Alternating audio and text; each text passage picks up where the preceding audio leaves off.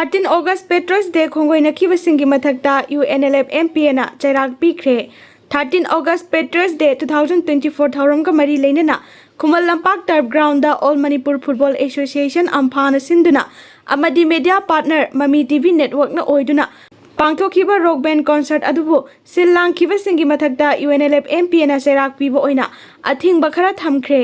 Music band ki oina Innocent Eyes band amadi Leipung band tha taruk haibadi 13 August 2024 dagi 13 February 2025 phawba athingba thamkhre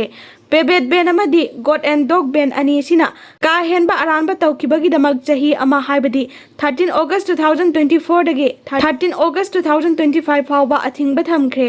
athingba sigi manungda isai practice tawba isai tune lawba rehearsal tawba athingba lairoi hairi media partner oriba Mami TV Network gina news program natana entertainment program pumba tha taruk haibadi 13 August 2024 dagi 13 February 2025 phawba athingba thamkhre amphagi oina hojik thau puriba hakthengna senariba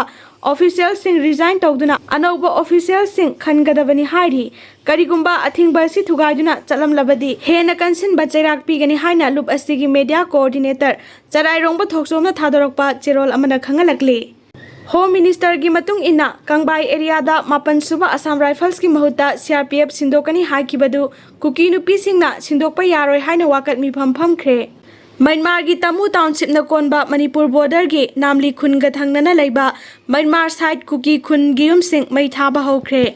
Mar Pruka Chief Minister ga wari sanabagi wafam leite haina Mar inpuina thadorokpa cherolamana khangalakle Prime Minister Narendra Modi Manipur chatnaba amuka sohana Rahul Gandhi na hijackre Lok Sabha gi opposition leader ama oriba Rahul Gandhi na amuka sohana Prime Minister Narendra Modi Manipur chatuna thogliba irang asi yeksinana ba hijackre Bharat amadi Manipur state lenga kapuna thabak tawminaduna thogliba irang asi warosin puraktuna mahusa gi punsida hanjilakna ba apamba su phongdorakli Rahul Gandhi na phongdorakpagi matung ina Manipur dagi miyoi kharaga Mahaka Delhi da unaduna thogliba irang asi gi matangda wari sanaki hairi Adum oinamak miyosing adugi safety gi khalaga masak maming takthokide Congress na matam chupada irang asibu losinana bohona bada pangba yaba mateng pangani haina su phongdokhi ningsing ba yaba di maitay amadi kuki frup ani gi marakta thokliba lana siga mari leinana Manipur da Rahul Gandhi ahumlak lakhrabani